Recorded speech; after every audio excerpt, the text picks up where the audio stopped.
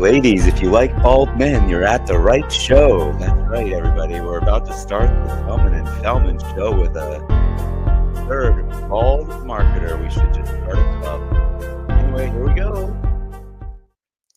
Hi, everybody. Welcome to Tellman and Fellman show, episode 65. My name is Harris Fellman.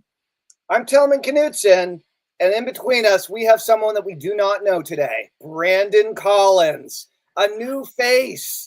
Well, we must know somebody who knows him, you know. We do indeed. So I had this crazy kind of vision experience about a year and a half ago where I had a vision of Ganesh, the Indian god, and I was rushed to the emergency room later that day, and it really stuck with me. And a few months later, Ganesh magically appeared in my life. It's this crazy story. We'll talk about it on a future interview. Hang on a second. Was the vision related to going to the hospital? Did something happen? You hit your head and you had a vision? There was no head hitting, but there was a whole. I didn't tell you the story yet. Maybe. Anyway, let's introduce Brandon. We've got somebody. Brandon. I was trying to get Ganesh, and first Ganesh is like, "Oh, I have a sore throat." And then he tried to get his other friend, and his other friend was like, I can't do it today, dude. I'm sorry. And I was like, Ganesh, heed the call. Get on the interview. He's like, I can't, but Brandon can. And Ganesh has told me about Brandon a little bit before. And so, Wait, are you talking about the Hindu god Ganesh is who set you up with Brandon? The remover of obstacles totally connected me. Yeah, the elephant god, right? Yeah. Introduced me to Brandon this morning on WhatsApp. And so here we are. So people don't think you're crazier than you are. There's also a human being named Ganesh as well, everybody. I'm aware of that, but audience is not, and Brandon is. Anyway, let's tell everybody who Brandon is. Brandon is an Army combat veteran turned entrepreneur. He's not our first military person turned entrepreneur on this show. Maybe not even the first of the month, but it's great. After the military, he opened a wellness business and grew it to over $500,000 a month. I guess that's dollars, not people.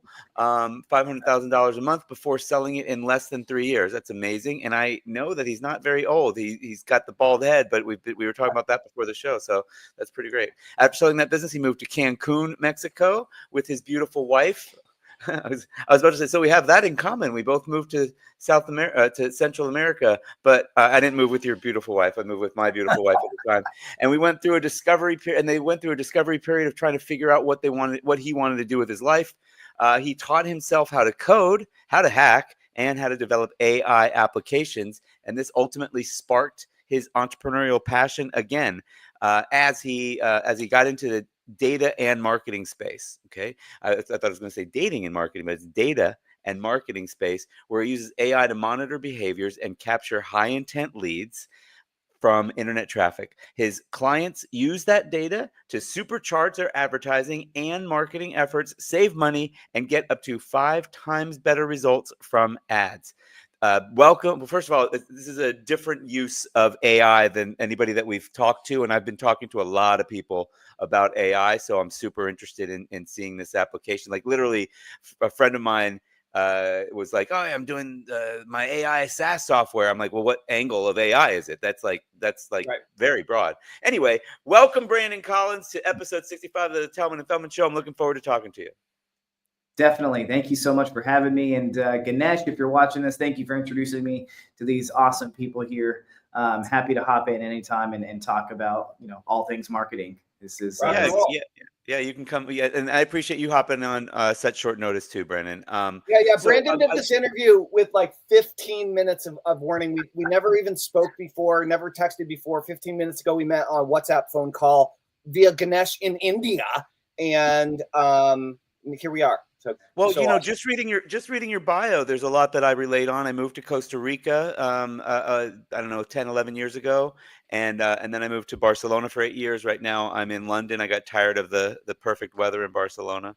But I also experienced kind of the same thing, where I pretty much, focused my whole life. Now you didn't say this, but, I focused my whole life on being able to live outside of the country. And finally, we moved this huge goal. We moved to Costa Rica, and I was like, oh, shit, now what? You know, like, and I'm, I've found that, I'm not alone. A lot of, entrepreneurs kind of reach a height, and then they're like, now what do I do?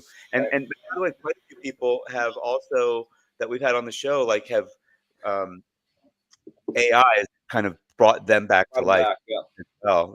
Like, they're like, oh my God, I've got to get it. Like, it's, I mean, to us, it's almost stupid to say, it's the next, but 10 times bigger than the internet, restructuring of business, but it is, So, but let's talk about your origin story a little bit. So you had the wellness business.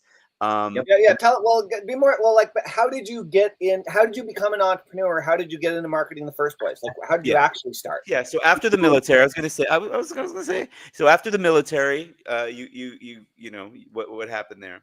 After the military, I left the military because I was tired of having a boss, and I traded having a boss, one or two bosses, with, having bosses that pretty much all my customers are now my boss. Right. Yeah. Kind of that's the rub, right? You always have a boss. You realize, whoops. So went into the wellness business. I actually owned an IV therapy company, a mobile IV therapy company. I started it during COVID. IV? Yep, IV therapy. Yep. And basically, we had nurses that would go to your house. They would put an IV in you, put all kinds of foods and vitamins in you. I'm pretty sure we saved a couple lives there during COVID. I wouldn't say, we're not allowed to say that it was medical treatment, but it was definitely a wellness treatment. And we helped a lot of people. And you can do IV as non-medical treatment. Is that it's so policies and regulations are kind of the reason I got out of that business. They started kind of tightening up on it after a couple of years.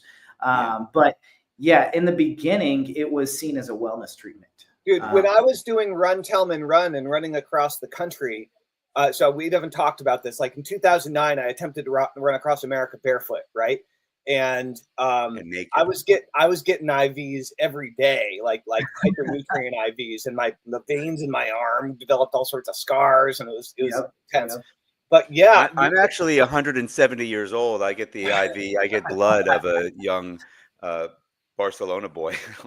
Anyway, I did have an enzyme. I have an enzyme disorder, and I did have to get IV every week for quite a while. Like, I was in with I didn't have cancer, but I was in with the people that were getting chemo, and oh man.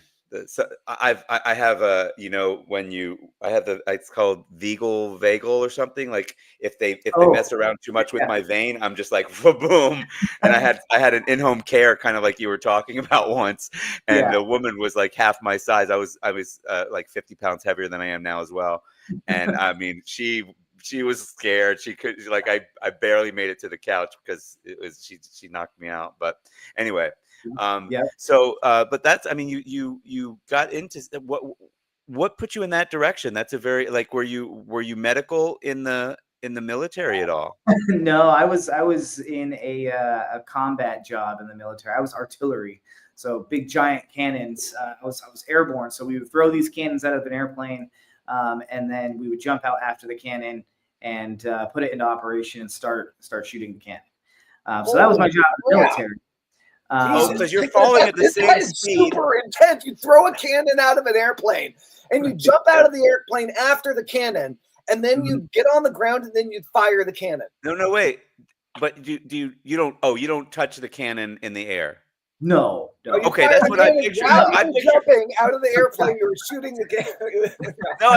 No, dude, this is what I pictured. I pictured the cannon's going down. You're diving like freaking, Tom Cruise, going faster. You grab the cannon and you put it together or whatever, and you're like, "Hey, buddy, I need the bullets," and you put one in.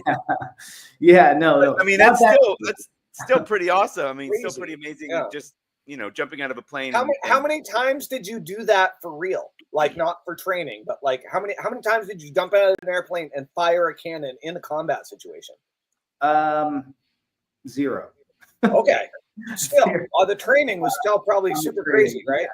Yeah. When we deployed to Afghanistan, we didn't need to airdrop our cannons. We put them. Well, actually, So we didn't need to throw them out of a plane, but we did take them by helicopter to the little base that we were at in the middle of nowhere. Yeah. So it wasn't quite the airborne operation that we trained for, but it was still pretty cool. I jumped out of an airplane over 65 times. I was a jump master in the military. Cool. So it was great. It was great. I've only jumped out of an airplane 3 times, and it was always strapped to someone. But like, I've wanted to do it more, but I have young kids and stuff, so it's kind of like, do I really want to be take that risk? Kids, you know?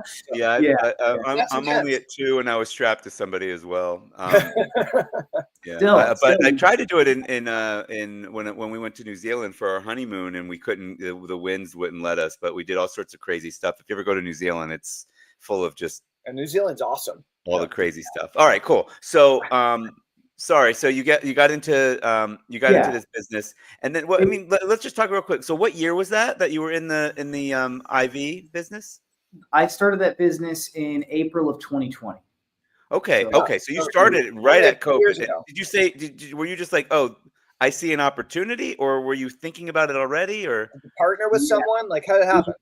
We had, obviously in the military, we had medics, and medics had always just given us IVs whenever we really wanted, so if we were dehydrated, if we were just feeling like crap, they would give us an IV. It felt great. Yep. And I remember during COVID, I was with a different girl than my wife at the time. So my girlfriend and I at the time, we were like, hey, you know what? We feel kind of like crap right now.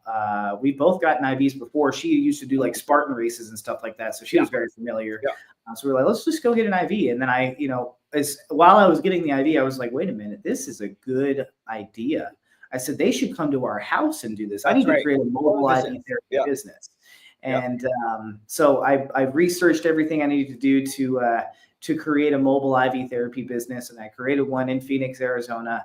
And after building out kind of the foundation, the structure and everything, I turned the business into more of a franchise type of model where nurses who, again, I was seizing the opportunity. A lot of these nurses were being very, very overworked and underpaid in these hospitals during COVID. And I presented them with an opportunity to create kind of like a business in a box of mobile IV therapy. Side hustle. Oh, so it's your fault that all those nurses were quitting. Yeah. No, I promise you, it was the hospital's fault that those nurses. Yeah. Well, it was the hospital and COVID's fault. I mean, it was they had to be just crushed. Exactly. Yeah. So wow, that's interesting and super fast and very I did something opportunistic that and I know a ton of people that were like, because the government had all these contracts they'll buy masks from anybody, and so all these people, all the people we knew were all like, hey, can you get some K95 masks, and can you get some gowns, and like, of course, you're an entrepreneur, so you're like, I know somebody that can do that, and I actually did manage to sell some alcohol, so like a couple tanks full of alcohol. Like a friend of mine was making sanitizer. The alcohol for sanitizer. But you had a real business. And then the other thing that I did during the pandemic was I did virtual magic shows. I was just starting as a magician right before that. And that cool. was another pandemic thing, but I had another business too, so I didn't have to rely on it like you did. But that's an amazing, great story, really. And then you sold it in 2023. It was kind of at the end of 2022. So I guess about 2.5 or so years that I was in business. Sold it. And then, right around that time I had met my now wife, and, it's a funny story about us. We met online, and then I just decided, hey, you know what, let me go meet her. She lives in Mexico, and she's a Mexican citizen. And from there, we just haven't missed a day talking to each other ever since. And I decided to move down to Cancun to live with her and be kind of closer to her family, because I'm sure you guys are aware it's a lot easier for an American to go to Mexico than it is for a Mexican to come to America. Right. So and once I got here, it was like, I live in Cancun. It's paradise. Why would I ever want to leave? Right. Cancun's still a very big city, and it's a tourist hotspot. So there's quite a bit of amenities here. I'm not living in like a third world country. I have all the blessings of a big city, and then at the same time, I live basically in paradise. I have so many different national parks in my backyard, beautiful beaches. People spend their life savings trying to come to Cancun, and I live here. So hablas español? Poquito. Yeah. Me too, dude. And I lived in Costa Rica for 3 years. I lived in Barcelona for 8 years, and I still I'm still not fluent. I mean, at all. Like because I live in English, and you know you probably do too. But your wife is from Mexico, so she speaks English with you. Yeah. She speaks English. In Mexico, they actually they teach English in schools. Yeah, that's something that I learned. There's a lot of countries, especially in Europe, where they basically teach you how to speak English because it's one of the most. Yeah, Spain withstanding. Spain. They basically they have all these autonomous regions, and they have another language that's their first or second, and then Spanish is their first or second. So a lot of people don't learn English because I mean it is the second. Well, I was going to say it's the second most spoken language, but I guess it's a third behind Mandarin. But English is number one most spoken language in the world, and then I think it's Spanish Mandarin or Mandarin Spanish, something like that. Yeah. So, if I had a language, you know what it would be called? What? Tellmandarin. Tellmandarin. Okay. That's right. So okay. Well, so you had this awesome IV business that blew up, made you a ton of money. It sounds like, and you sold it. So rock and roll. So when you moved to Cancun, hung out for a while, and then like AI came online. So what are you doing now? What did you launch and what explain it to me like I'm in 4th grade. Like let's get real simple. Because he didn't graduate. Detail, but give me seriously, give me the 4th grade explanation of what you do and how it works. Absolutely. So what I do now is I have a system that is able to, it's kind of spooky. I'll tell you that it's kind of spooky. It's able to monitor internet traffic and determine buyer intent behavior by it. So it will basically figure out who wants to buy what. So you have an AI robot that figures out what your website viewers want to buy. Not just website viewers, just general internet traffic as well. So we do this by monitoring keywords that are being searched on Google, and then my system will kind of follow those people and figure out like, hey, what else are they doing online? And based on that, it builds a profile of saying like, hey, these people right here are interested in buying solar. These people right here are interested in purchasing pest control or whatever it is they're doing, and it's able to figure that out. I can go up to 10 days back. So in the last 10 days, my system's able to tell me who is interested in buying what on the internet, across the entire internet. So by the way, I'm crystal ball, who's also kind of like an AI private eye that snoops around and follows people to figure out what they want to buy. Kind of, yeah. Well, we've talked to somebody that has something along these lines, and not directly Tellman, but and then I've also resold services like this that caused me to recognize some of this. So basically, this is like remember Bill McRae had like a pixel on his site, and he's able to see who came on to his site. And we were calling it like website abandon, right? But they still got the email address, and they were still able to put that. So I've done this. I've had that on my site before. Shoot, I should probably put it back on. I got hacked a while ago, so I like got rid of everything external. But speaking of hacking, it wasn't you, was it? Anyway, no, don't believe me. I know.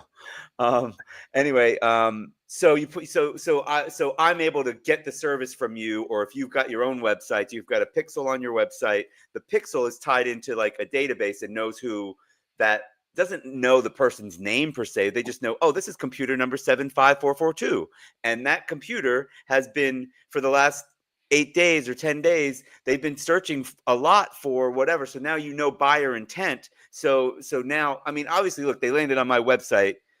They were probably interested in buying my thing, but then you also know like what level of like what are the chances that guy or gal is going to buy the thing that you're selling because they've been looking around for it again. So maybe you're going to put them in a different funnel than somebody that's got a lower intent, or maybe you're going to pick up the phone and call them, or have an AI. That's another thing that we've talked about here is, there's AIs now that'll pick up a phone. Pick up the phone. They'll call and say, hey, you were just on the, I can use an actual example. This, you know, vacation holiday, you were interested in buying a vacation holiday in the Bahamas, do you have any questions about it, you know, that you can tell it's an AI, but it's pretty good though. There's, you know, they're getting, as you know, they're getting really good. So is that, am I close? Am I in the right neighborhood, or am I just you're totally in the same ballpark? Yeah, you're in the same ballpark. My system can do that as well. We can put a pixel on your actual website to identify your website traffic. We don't just get computer number ABC. We get full on, you know, anywhere from 30 to 150 bits of information about these people. So it would be name, email, where they live, their age, yeah, their income. So to the degree that you're willing to share how you do that, I mean, some of this might be proprietary or whatever, but to the degree that you're willing to share about how the system actually is able to get that data. So if a client or a customer of, like, for me, I'm like, well, that's cool, but I want to ask, do I feel like it's moral and ethical, right? If I'm going to become a client. And so how does it work to the degree that you're willing to share about that? Like, how does your system go out and get all that data? Absolutely. So there's about 30 different databases, maybe a little bit more, 30 major databases in the country of America that we have access to. And all the data that's in there is from people who have opted in at some point in their life on the internet to having their data shared or sold to other people on the internet. You know, a lot of people don't even realize this. You know, when they check the box on yes, I have read the terms and conditions. Sometimes in those terms and conditions, it says, hey, we have the right to sell your data. Selling your data, yeah, right, yeah. Well, so look. So first of all, like on legal, moral, ethical, it's legal. Like obviously, he's not going to sit here and talk about it if this is like a hack. This is, I mean, this is like, I mean, I don't know, like, you know, Johnny, our friend Johnny Andrews, he told me that, like, oh, you know, your earbuds can read your mind now, and I'm like, yeah. And then I did it, and I was like, okay, I'm gonna think of Harris tested it, and it worked. I'm gonna think of dogs and animals. I'm just like dogs and animals, and then like the next things in my Instagram feed were animals and eventually dogs, and he's like, try to think of a cow, and I thought, and I swear the next post was a cow, and I never get cows. That was like, then I did test it with, then I did test it with other things, and so then I began to think maybe because him and I texted cow, maybe that makes more sense to me, that you know. But anyway, you're not necessarily, you don't necessarily have access to, like, you know, the Instagram data feed, what they've searched there, but there's a lot of data feeds out there that but I mean, are any of them from the iPhone? Are any of them like from your activities on a phone? I guess from an app or something like that, right? Your mobile ID is a computer device, so we can see the traffic that these mobile IDs are doing, and then we take that mobile ID and we're able to map it with other information in the database to see, hey, what else has this mobile ID done? What information is attached to that mobile ID? And that's how we're able to build kind of a digital fingerprint of who that person most likely is. All right, well, let's try this, like, practical example, right? So one of the things that I do is I've had an online hypnosis business where I focused on selling hypnosis-based recordings, info products, sometimes hypnotherapy services, a lot of money mindset stuff for entrepreneurs looking to break through the next level, these types of things. And I want more customers, right? So so really, I'm in this business, I'm a personal development information marketing guru in that business, right? And so what are some practical applications for someone like me? Or hey, maybe I'm not your ideal client, and that's okay too, you know, and maybe give me some examples of some other practical case studies of people that use your software and your system in order to grow their business.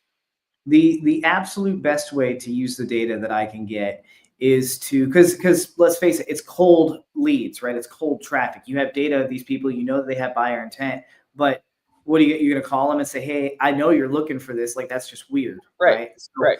So wait, you're referring to people that weren't on my website yet, right? You're referring, so basically I can sign up for your service and I could get a list of leads that cold leads of people that are interested in match the demographic data I asked for.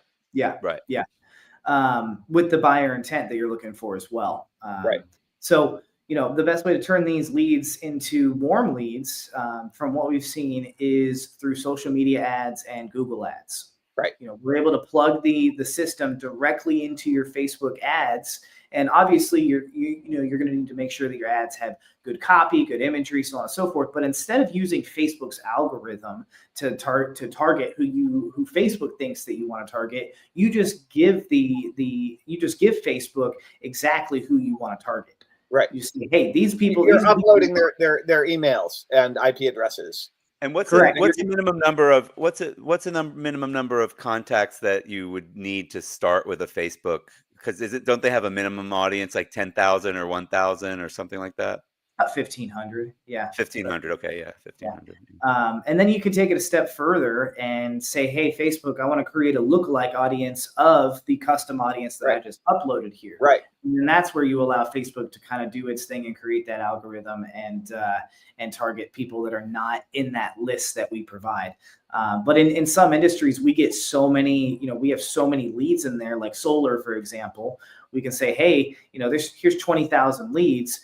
These are 20,000 leads that we know people are actually interested in solar. Show our ads to these people and only these people. Right. And then, our clients are seeing 2 to 5 times better results. They're getting the same results by spending 50 to 80% less on ads as they would if they were just letting Facebook just do its thing. Or they spend the same amount. They say, hey, our ad budget's $10,000 a month. We want to spend $10,000 a month, and they'll get 2 to 5 times better results. Just by using our data instead of using Facebook's algorithm. Now, what about in the other direction? So, like, Tellman has a list of 1 million people that that have opted into his stuff over the years, but he has he's lost touch with them, or he doesn't mail to them anymore. Can he upload? Deliverability got bad, and they got pruned. Whatever.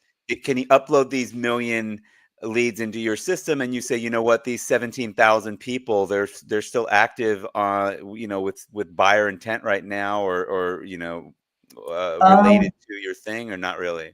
We can't really do it reverse like that, but what we could do, because there is a part of this, it's not as simple as just uploading emails to Facebook. That's not going to be the correct way. If you do that, Facebook's not going to know what that is. It's in Facebook, I think, even sees that as a privacy violation. For them to take that data. So what they accept and what they only accept is something that's called an SHA 256 data, which is basically an encrypted version of your email. And you upload that to Facebook, and then Facebook's able to take that and match that with the corresponding Facebook accounts associated with that email. So that's what if I took a database of old customers, right? Yeah. Could I turn that into that type of document that encrypted? Like, how would one go about converting that?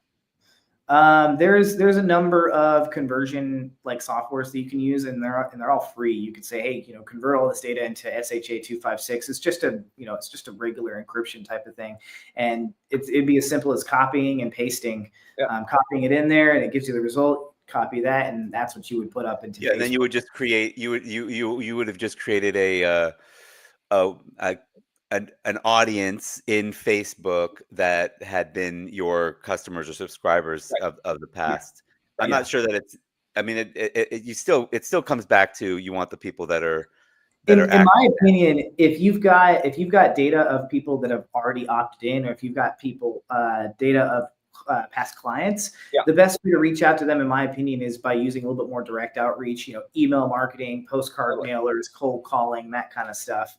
The ads is really good for turning cold leads into warm leads. But if you've already got warm leads, utilize better forms of advertising. If you've got permission to text them, text them. If you've got permission to call them, call them. Email, all of that stuff is what I'd recommend if you've got warm data. Yeah. So, I guess because I've known about this, and I did try to sell it, and I know the objection of, oh, is this moral? And but I also what's AI about it, I suppose, because I feel like it was in my radar before ChatGPT was in my radar. So what are you in what way is AI being applied to? Because ultimately, when you just said the word algorithm, that is another word for that was a form of artificial intelligence. We just didn't call it that then, and now we're calling like, you know, all the LLM stuff is you know what it is. So where does AI come in? So it's on the back end of the system, right? We're not using AI in the form of like a chat bot or video creation, image creation, or anything like that. We're using AI as more of a data analytics type of thing. So we can say, okay, hey, based on the behaviors that these devices has done, you know, what are they showing buyer intent for? And that's what the AI is doing on the back end, is saying, okay, hey, you know, we know all of this about marketing, we know all of this about sales, buyer intent behavior and stuff like that. So it's able to give us data that's a little bit more accurate than just relying on an algorithm or relying on a computer code to sift through it and sort it that way. The AI itself is actually thinking and saying, hey, we know for sure with much better accuracy that based on the behavior of these people and the things that they're doing on these devices, they're showing buyer intent for this. Right. Yeah. Cool. Very cool. So so you mentioned like solar was one example that you had, but what are some of your other kind of, I mean, like moving into the future, like it sounds like this could be a really, what level of a business is it right now? Like how, do you have a bunch of clients or did you just launch it, and then what are you looking to do for the future? I was working more on the smaller end with smaller businesses that, you know, want 100, 200, 300 leads per month kind of thing. But we're moving into larger clients here. Like, I guess it's in motion right now. You know, so what I was doing before is I was working with smaller businesses, both online and physical location. But now what we're trying to do is work with more enterprise accounts. And the way that we're doing this is by working with franchise corporations.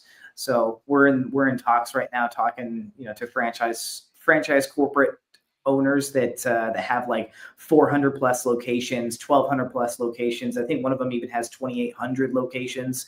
I have a friend that owns like 280 hair salons. So make sure we reconnect, and I'll try to connect you to him. That could be a good.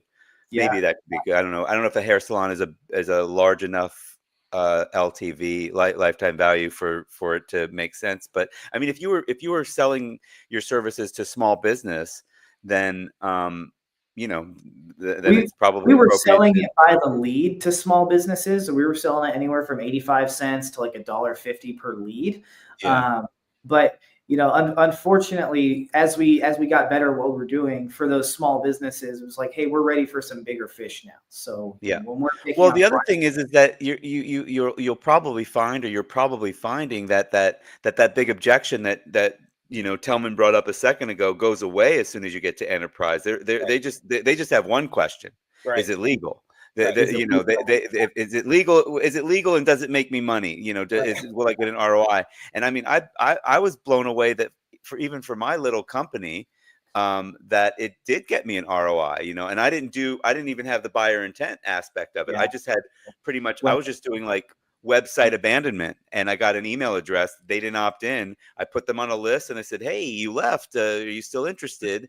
You know, and then eventually put them on a regular autoresponder, and enough of them bought that it was, you know, worth it for me. And it's I don't know, it's if people don't have a problem with I don't understand why people have so much of a problem with it, because well, first of all, I'm in the UK. It's not legal here. Like the GPDR, you wouldn't be able to do what I just described here. But so I guess that's what it is. It's a privacy issue. But how's that any different than you just went to the shopping cart and you didn't buy? Well, you just went to my website and you didn't opt in. It's not so far off in my mind. I mean, but that's just me. I mean, my first objection was the same. Is wait, this can't be legal, you know? But it's great. It's putting the power. Well, unfortunately, you're not going to be doing it with small business anymore. But it's putting the power into small businesses' hands that these big companies like Facebook have. That's what's so awesome. What it is it's a way of doing hyper targeted advertising. Yep. And that's kind of our biggest qualifier is if you're spending, you know, for me, I don't really want to talk to people unless they're doing over 5,000 a month in some form of advertising, whether it's Google ads, Facebook ads, Instagram, doesn't matter. As long as that's a really good guideline though. It's a really good limiter. Like if you're not already spending $5,000 a month, it doesn't make sense to talk to us, right? Like, because you have to have an offer. You have to have ads that work. You have to know who your customers are. You have to have a sales funnel that's profitable. You have to have a business that's making money in order to hyper target your customers. Like, you have to have the infrastructure there, right? And that, I mean, that even goes for like, so if you're dealing with, whatever, like the franchisor and the franchisee, they're not spending 5,000 on their own. So that's why that's why you look for the group of of it that's responsible for the full ad spend. And regarding your hair salon people, there would be enough data there for sure. And then across the entire thing, if they're a franchise and they take like a franchise fee every month and they want to apply that towards a corporate level of marketing, this is something that could definitely help out that salon franchise a lot for sure. Yeah. But you're not going after individual owners. You're going after right now pockets of like people that companies that own multiple franchises. Or that's kind of where we've landed. That's kind of where we've landed. But if like I said, if a company is doing more than $5,000 a month in ads, doesn't matter if they're a corporation, a franchise, or a small business, I can still work with them and talk to them. Well, I mean, the reason I ask is because I mean, I think of that as a perfect application, a perfect other AI application that we've kind of touched on. And I can connect you to one of the people that we've interviewed, and he's got his own company that does that, which is outbound outreach. And they do an email outreach or an SMS outreach to, let's just say, the 280 individual franchise owners. And then if somebody responds back, they get into a conversation with an AI, whether it's via text or SMS. And then they get it to a point where they're setting an appointment maybe to talk to you or whatever. You can have the AI even try to close a sale and send it to a video or whatever. But ultimately, I think with what you're doing, you probably want to talk to people, and you're going to have to get, I mean, you have to get in with their marketing people a little bit. But anyway, just a thought that's another. I'm just thinking. I guess I didn't ask. We didn't ask. That would be the next question. Is what do you feel like you need some help with moving forward? What would be something that maybe we can connect you to somebody or have ideas for? How are you looking to grow? Where are you stuck right now? What resources or kind of people are you looking for as you move in the future? With the testimonials and the case studies that we have, I think the best way to help me would be to connect me with if people that either know other large company owners or corporate owners or franchise owners. Those would be the type of people that I'd like to connect with, because I think we have our system down. I have a really good team. Not only do we offer the data, but we also offer like funnel creation, ads management. We can do email marketing and all of that as well. All of that's kind of like an upsell. The data is kind of the hot spot that brings people in. Because anytime you say high intent leads, high intent internet behavior leads, it really gets a lot of people's ears to perk up. And then we always ask people, what are you going to do with this data?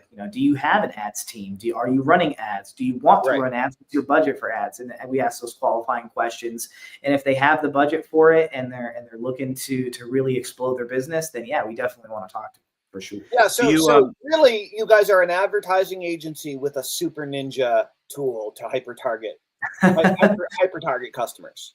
Yeah. And I would say that if, any company that's already doing ads and they've got that down and they just want to supercharge their ads, they just want to put their ads on steroids, then, that would be a great customer to send to me already. Because, for me, those are the easiest testimonials. Those are the easiest case studies, because we don't really have to do any work other than connecting my system with theirs and then watch it get 2 to 5 times more results. Right. Yeah. Do you have any sort of white label or some way for me or somebody like me to like resell the services? It's not an official white label or an official affiliate program, but we always tell agencies and people that have connections like that, hey, if you want to connect me with somebody, there's plenty of business and money to go around. We can make something work between all of us, so that we're all winning. Yeah, I would think that having a couple of agency relationships could be a really good a good funnel of a good pipeline. Of business for you as well. So absolutely. Yeah. Cool. Yeah. Okay. Yeah. Because if you could take your AI, like imagine if you could take your AI tool, get rid of the majority of your agency, And I mean, I don't know what you want to do, but one thing you could do is get rid of your agency, take your AI tool and plug it into a dozen other ad agencies and give them the ability to supercharge the effectiveness of their clients' ads. That way they're getting the clients and they're servicing the clients, but you're getting, whatever percentage you're getting, of the deal when they use your tool, right? Like, well, it's kind of like with it's kind of like with the IV Wellness, you gotta, I think you gotta know what you're doing and what you're offering, and then then you get to a point where you can kind of franchise it, and that's yeah, the same thing repeating. As an entrepreneur, we want to do we want to make the most money possible by doing the least amount of work possible. And as I continue to grow, yes, those are the partnerships that I'm looking for. Is hey, let me connect your system. Let me connect my system to yours. You can supercharge what you're doing, and I can manage the back end on my system, and I won't have to worry about managing a team to do funnel creation, ads management, email marketing, all that other stuff. Yep. Cool. That's awesome. Definitely. Rock and roll. Well, this was great. So if people want to find out more about you and your system, it's allthingsaidata.com. Is that true? Correct. Yep. You can book a call with me on that website. You can also find me on Facebook, Brandon Collins. I think my Facebook URL is actually The Real Brandon Collins. So yeah, feel free to reach out to me on there. If you guys want, I can share my number for WhatsApp. We use WhatsApp down here in Mexico. So you can share whatever you want. Yeah, I can go ahead and plug it in as a banner if you want me to. For sure. Yeah, I don't know if you want me to put it in there now or. Yeah, what is it? It is plus 506 or is it +1? It's +52. +52. Yep. 998 242 8426. Sorry, the 50 was me in Costa Rica. 5 was 503 or 506 or something like that. Yeah. All right, this is Brandon's WhatsApp number, guys. Yeah, feel free to reach out to me from there anytime. I'm happy to hop on a call and discuss your exact situation. And yeah, I'm looking forward to possibly even coming on here again with you guys and reaching out to your guys' network as well. And if you guys ever need any help, please let me know. All right, rock and roll. This has been cool. Really cool. It's nice because Ganesh has told me some things about this, and he's mentioned, as I said, he's mentioned your name a couple of times, and so it's cool to kind of hear the other side of it a little bit. That's great. Absolutely. You got to get Ganesh on here next because that guy's a beast when it comes to making funnels and doing ads. That guy has a really awesome resume, so I'm excited to see his show. Rock and roll. Yeah. He'll be on soon, I'm sure. I don't believe he's real. I mean, you're not proof that he's real. So. Well, he was an AI that just connected. That's right. You can believe what you want, Harris. I will. Thanks. Perfect. Awesome. All right. Well, great having you. It was good meeting you, Brandon. It was really cool meeting you. And let's make sure that we connect a bit. I'll probably hit you up on WhatsApp as long as I can keep the number. And that's why I put it down here in the in the chat so that I still have it. And yeah, it'll come from I think it'll come from a Spain number. It might be a UK number. I don't know which is what happens with WhatsApp anymore. But there you go. Sounds good. Thank you so much for having me, guys. All right, thank you. Enjoy your day. All right, everybody. Thank you so much. Tellman, how do people get more of us? We have two questions. Of course. Oh, well, yeah, we have 2 more questions for you, Brandon. We have 2 more questions. Oh, okay. Tellman, I can ask him. Brandon. Yeah, ask him, Harris. Ask him. Brandon, on a scale of 1 to 10, how did you like being on the show? 10. 10. All right. 10, yeah. I mean, we kind of put people on the spot. What are they going to do? They're going to be 7. Yeah, everyone said 10 so far. Yeah. And then I think I know the answer to this, but who would you nominate to be on the show? What if you can only be one person? Oh, Ganesh, for sure. Yeah, you guys had him on before me. Yeah. That's right. Rock and roll. All right, Ganesh, you're up next. Get ready. All right, guys. Not tomorrow, though. We have somebody else. We're going to have a very interesting episode tomorrow, I think. Somebody else up. We have a fan of the show, fan of Colin Therio up tomorrow. So it's going to be awesome. Tune in. It's going to be all about dating and pickup artists, and it's going to be very interesting. It's a woman, so it's very, very interesting.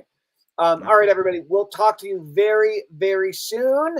Thank you. See you guys tomorrow. Brandon, this was awesome. I feel like I'm gonna have to wear cologne. I'm gonna have to put some cologne on tomorrow. I've got a lady pickup artist. I don't want to be like stinky. Go to tellmanandfellman.com, opt into our email list to get access to all of our previous episodes and updates for all of our future episodes. It's been great having you here, and we'll see you guys very soon. Thanks, everybody.